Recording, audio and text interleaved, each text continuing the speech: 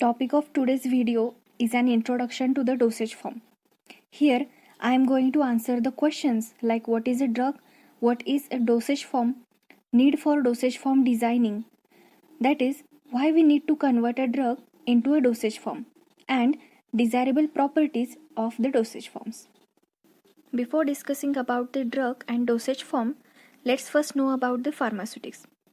Pharmaceutics is the discipline of pharmacy, which also known as the science and art of dosage form design. This discipline deals with the process of turning a new chemical entity or old drug into a medication which is safe and effective. Here, new chemical entity is an entirely new chemical that has found to be effective against certain ailment or disease. Old drugs are the drugs with well established uses. For example, the medications that we generally use nowadays and are known to act against a known disease.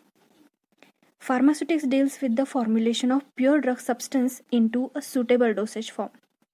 Remember that when in its pure form, drug is available mostly in the form of powder. Such pure form is not considered to be suitable for consumption due to various factors such as patient compliance, stability, and efficacy. Such powder do not possess pleasant organoleptic properties, which leads to patient inconvenience. Further, pure form of any chemical is having low stability. It was proved before that efficacy, that is effect of drug on body, of a dosage form is always greater than its pure form. Considering such problems, we can say that dosage form is having a suitable physical form, which is patient convenient, provides stability and greater efficacy. So, while converting a drug into a suitable dosage form, the knowledge of pharmaceutics plays a major role. Next part is drug. What is a drug? It can be defined as a substance intended for use in the diagnosis, treatment, mitigation, cure, or prevention of disease in the human beings or animals. In the process of diagnosis, certain compounds such as iodine and barium sulfate are used. These radio-opaque substances, when administered, are shown in X-ray and CT scans, locating the area of disorder. Drugs used for the treatment improves the quality of life of patient. For example, the drugs used for the treatment of hypertension causes the body of patient to function normally. Drugs used for mitigation helps to eliminate the pain or similar conditions. The drugs used for cure eliminate the disease-causing factor from body. For example, antibiotics kill the bacterial cells and eliminate the bacterial infection from our body. Vaccines are the type of drugs that develop immunity against certain infections and prevent the disease condition. As discussed before, generally drugs are not administered in their original forms.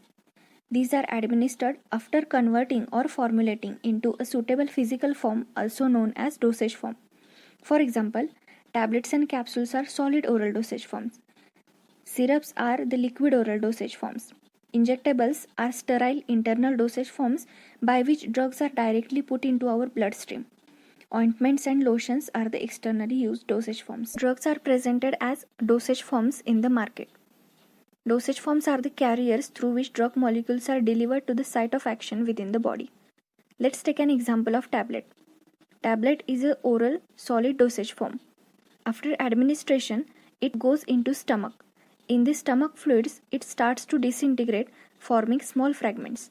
Those small fragments are gradually dissolved in the fluid and are absorbed into the systemic circulation, that is blood. Blood delivers the drug at the site of action within the body. Drug alone is not converted into a dosage form. Dosage form is a combination of drug and non-drug components. These are excipients or additives. Now, why excipients are needed? First reason is to convert drug into a certain physical form. If a drug is needed to be compressed as tablet, it requires diluents and compressing agents. In order to stabilize the drug and improve its shelf life, additives such as antioxidants, preservatives are added. These agents prevent the drug from degradation by external factors. For patient convenience, dosage form must be palatable.